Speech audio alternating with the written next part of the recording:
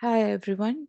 Today we shall discuss about the concept Indian villages, whether it's a myth or a reality.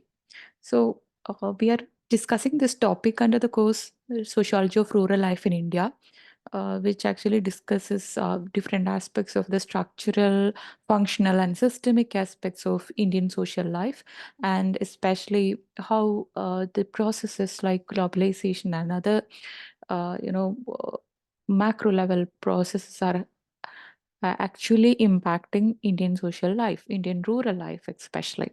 So the first topic which is given in the syllabus is Indian village, which is a myth or a reality, because we have to break this myth first, then only we can understand the real notion of Indian village. So for that reason, we are discussing this topic.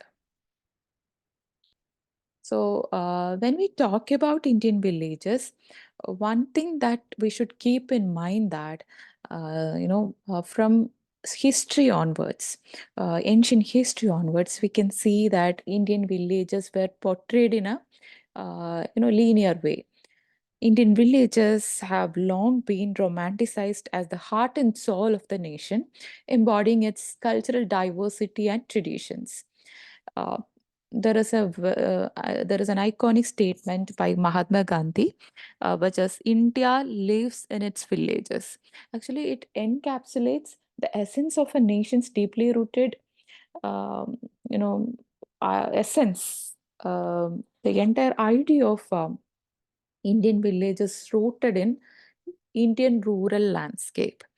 And we can see that villages have been the heartbeat of Indian, or they are portrayed as the heartbeat of Indian civilization since ancient times, sheltering approximately 67% of country's population. The socio-economic fabric of these villages actually revolves around agriculture, handicrafts, and various related activities. While agriculture sustains livelihood, it also nurtures traditions and cultures that have been flourishing through the ages. However, the evolution of modern communication, rural migration, and education has also transformed these rural hamlets, breaking the isolation they once experienced. In order to understand the complex rural social reality, which is influenced by the historical, socioeconomic, and political factors, um, we need to, explore different historical texts, the perspectives from different people, different stakeholders, especially the colonial rulers, nationalists, post-independence studies. All these things are very crucial. First, if we look at the ancient texts like Arthashastra and accounts from medieval times, if you look at Arthashastra, which dates from 400 BC to 200 AD, we can say that there are insights in about administrative affairs of Indian villages, reflecting a structured classification of the king's duties. And moving to the medieval period, Al-Biruni's Kitab al-Hind in the early 11th century offers an account of the caste-based organizational structure within Indian villages. And this period witnessed a nuanced understanding of the complex social fabric and occupation based divisions that characterized Indian village life. It is also important to understand colonial perception, because colonial perceptions idealized villages as self sufficient entities, overlooking internal conflicts and economic disparities. And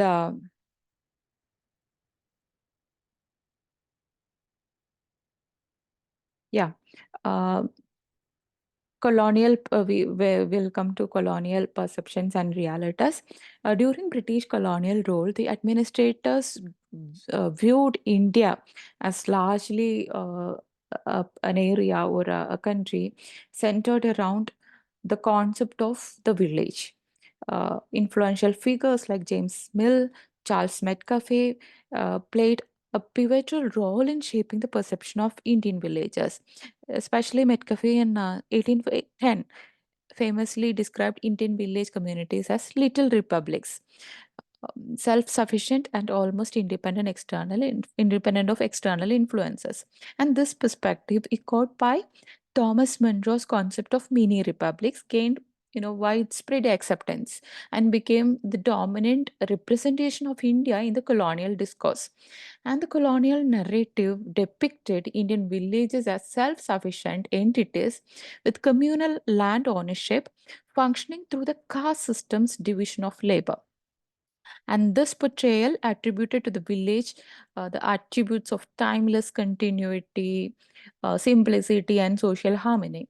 The village was viewed as an inner world governed by the patriarchal structures and surrounded by an outer realm of potentially hostile villages and despotic governments, which is really far from the actual scenario. And there are also some, colonial thinkers like B.H. Baden Powell's, um, who wrote 3 volumes on the land system of British India, which was published in the year 1892. Actually, that work added a layer of complexity to the narrative.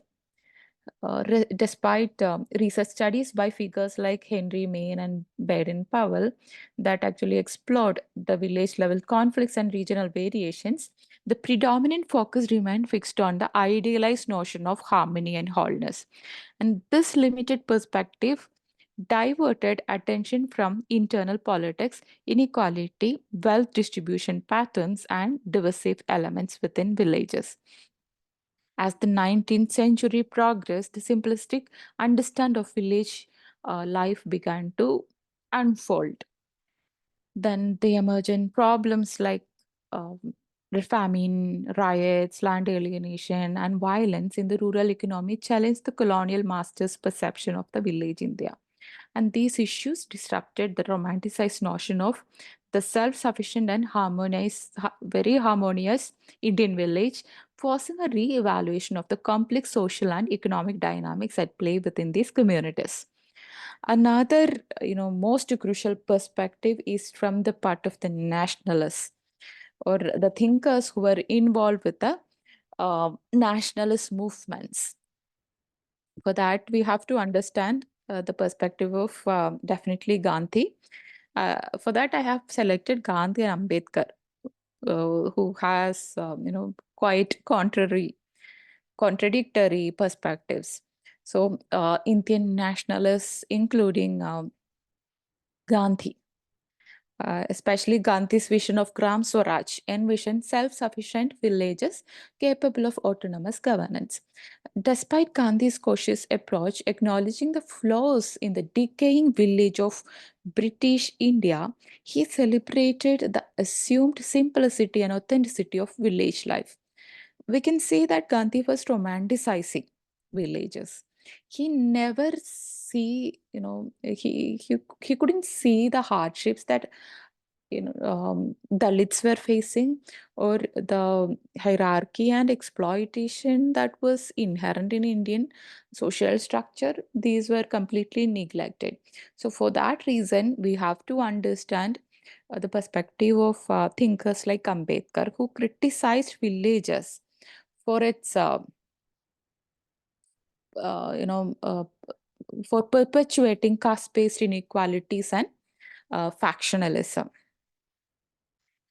Now, coming to post independent studies, which were based on real scientific, social, science researched, empirical studies. Many of them conducted, people like Srinivas and all, they have conducted ethnographic studies. He was, staying in villages for several years and understanding the social fabric of rural life. So we can see that post-independent studies challenged the existed colonial and nationalist perceptions, highlighting the integration of villages into broader economic and social systems. Because colonialists and nationalists, they were considering Indian villages as self-sufficient, which is disconnected from any other regional or any other uh, social entities. But these are real empirical studies prove that they were always connected with larger part of other social life, especially the works like publications like M.N. Srinivasa's Indian Villages, Makim Marriott's Village India, D.N. Majumdar's Rural Profiles, etc., contested the myth of complete village self-sufficiency. And these studies highlighted villages' integration into broader economic, political, and social systems, debunking the idea of absolute isolation.